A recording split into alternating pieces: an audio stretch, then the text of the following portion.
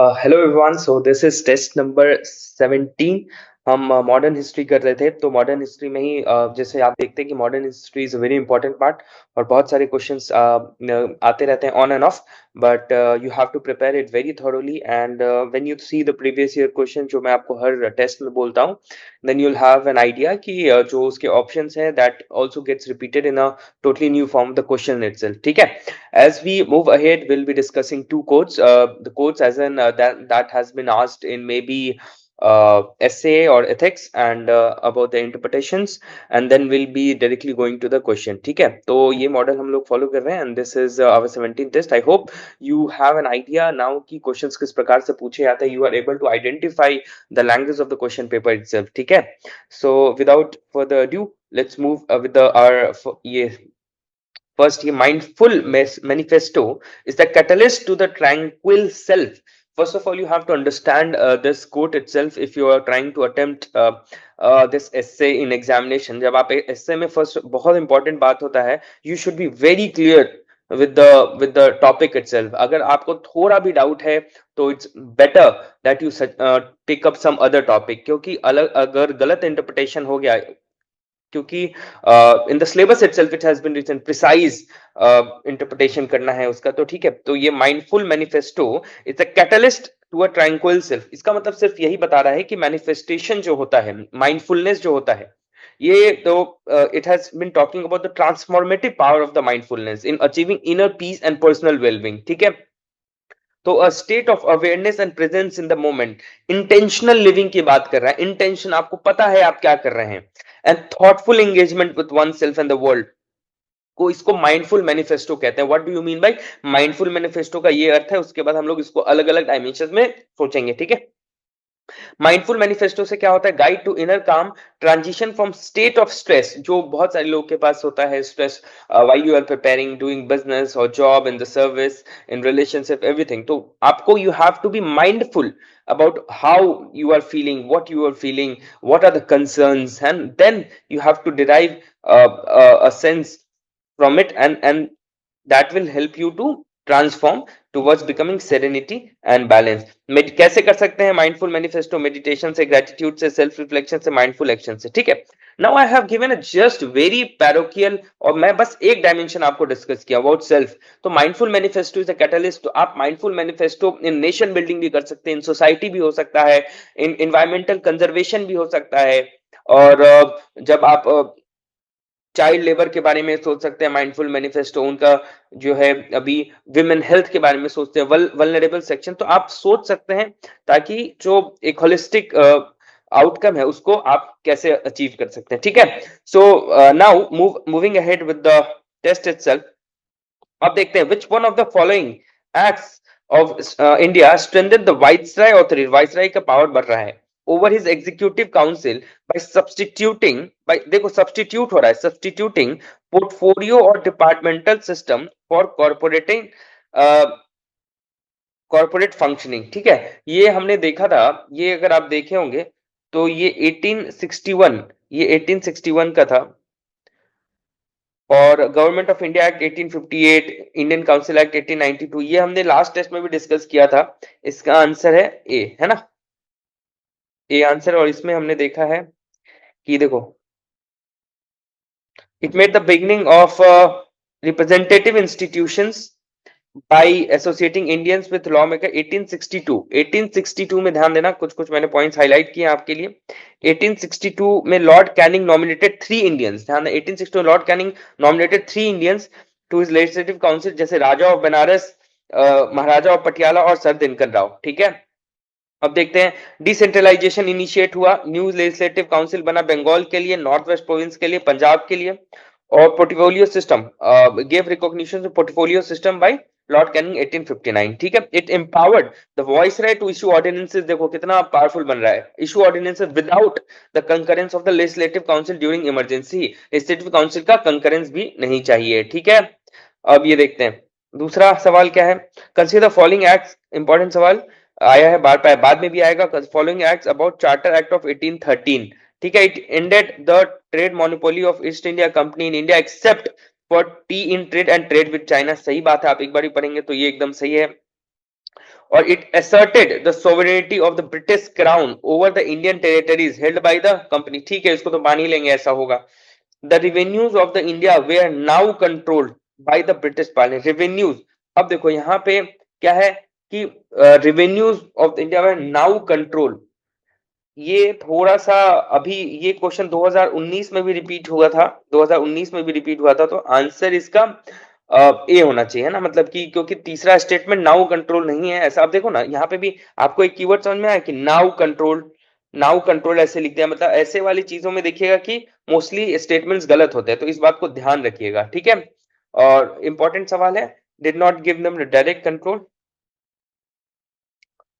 अब देखो ये which one of the following is not correctly match. Pitt's India Act, Warren Hasting के time वो doctrine of lapse, Dalhousie, vernacular press act, Lord Curzon तो बाद में है, ये लॉर्ड रिपन, इल्बर्ट बिल, ठीक है, तो ये तो सही है। तो अब देखो वर्नाकुलर जो है जो लॉर्ड लिटन के टाइम आया था, गैगिंग, तो ये अच्छा इसमें एक ही वो था, ठीक है। तो अब देखो इसमें क्वेश्चन क्या है, विच of the following not correct, तो ये तो पिट्स वाला सही है, डॉक्ट्रिन ऑफ लैप्स वाला सही है, वर्नाकुलर वाला गलत है। तो ये वर्नाकुलर वाला जो है लॉर्ड लिटन, लॉर्ड लिटन के टाइम आया था, और वर्नाकुलर पेस एक्ट 1878 सीडीसीएस राइटिंग के लिए किया गया था।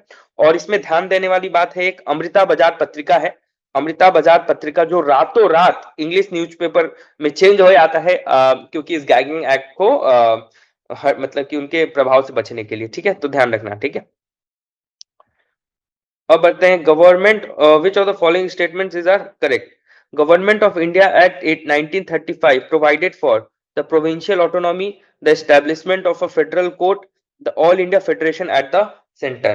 प्रोविंशियल ऑटोनॉमी तो किया ही था, और एस्टैब्लिशमेंट फेडरल कोड भी है, all India federation at the centre, ये तीनों सही है। ये क्वेश्चन जो है बार बार आएगा। डायरकी जो है ध्यान रखिएगा, डायरकी प्रोविंसेस हट गया था और प्रोविंशियल ऑटोनॉमी आ गया था, और provided for the adoption of dyarchy eight the centre, ठीक है।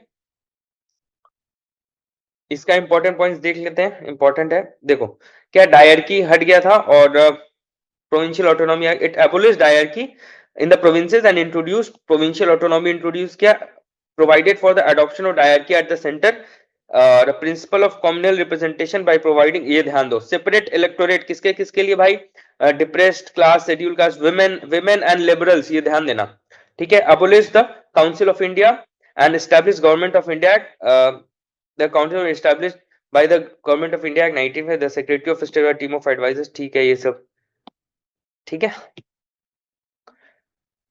क्वेश्चन 5 करेक्ट देख रहे हैं, the charter act of 1853 abolished east India company monopoly of Indian trade, ठीक है, एक बार देखते हैं आगे।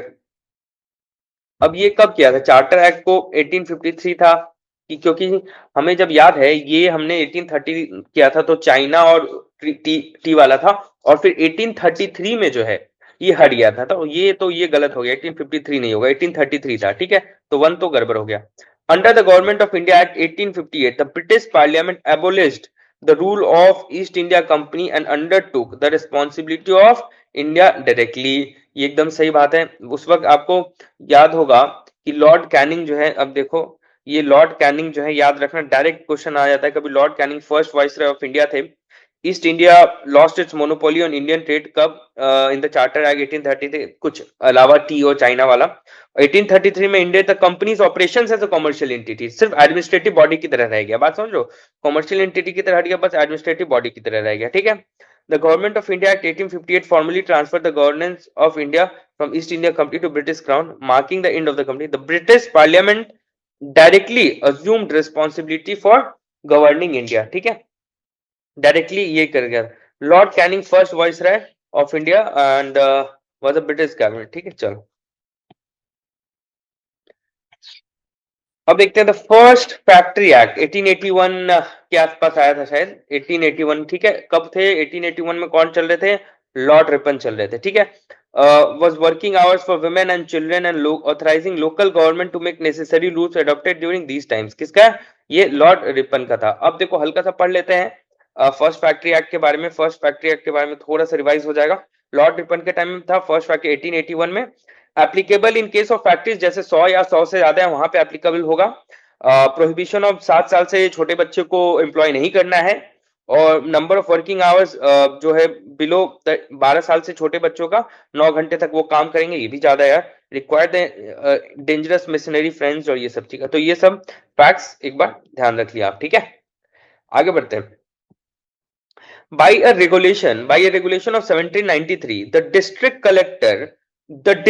collector was deprived of his judicial power। मतलब पहले उसी के पास था, डिस्ट्रिक्ट कलेक्टर के पास ही जुडिशियल पावर था, अब डिप्राइव्ड हो गए हैं।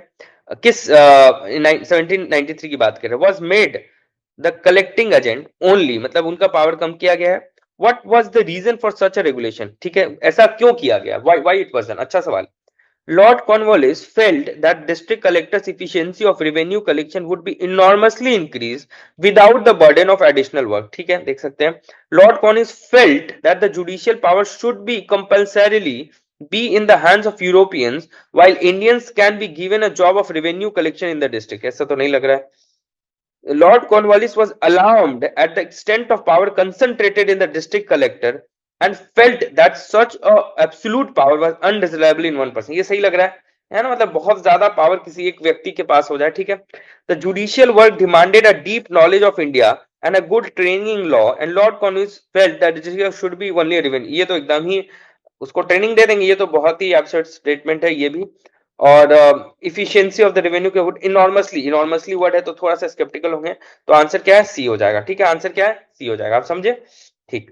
The instrument of instruction content in the government of India act 1935 has been incorporated in the constitution of India in 1958। आपको पता है डीपीएसपी की तरह किया गया था, ठीक है, instrument of instruction DPSP. Now the distribution of powers between the center and the state in the Indian constitution is based on the scheme provided in, ये बार बार हम पढ़ते हैं, 1935 वाला जो है गवर्नमेंट ऑफ इंडिया एक्ट के तहत किया गया है, ठीक है। अब देखो ये चारों जो है, ये चारों है बहुत इंपॉर्टेंट, ये सबसे इंपॉर्टेंट है, इन चारों को पढ़ लेना है, ठीक है, अच्छे से। अब देखते हैं correct. Which of the following is are the principal features of Government of India Act 1919? Introduction of diarchy in the executive government of the provinces। अच्छा एक देखना, ये डायरकी आया था 1935 में हट गया था, ठीक है।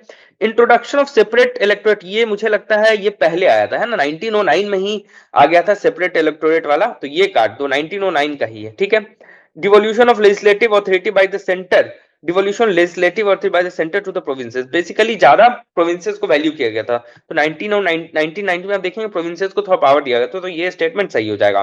तो 1 and 3, तो आपको जो भी गवर्नमेंट ऑफ इंडिया थे उसमें उस वक्त चल क्या रहा था, क्या भावना थी उस वक्त, व्हाट वाज द एजेंडा, उस पे आप ये क्वेश्चन सही कर सकते हैं। ऐसे ही स्टैटिक सवाल है, इसमें बहुत ट्रिकी ऑप्शंस नहीं दिए गए हैं, ठीक है।